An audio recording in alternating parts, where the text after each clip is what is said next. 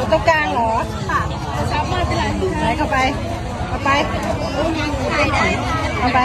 โทรศัพท์ก็ได้ถ่ายน้ำเขาใส่ละมือโอ้ยอย่างเนี้ยไปเล่นเล่นเล่นก็ได้ใกล้ดอกจริงไปเข้าไปหันหน้ามาค่ะหันหน้ามายังก็อาหารอยู่หันมานี่ค่ะหันมานี่ค่ะอ้าวเอาอีกเร็วหันมาจะได้ทำไรเอาเบิ่งเอาถ่ายให้แน่นี่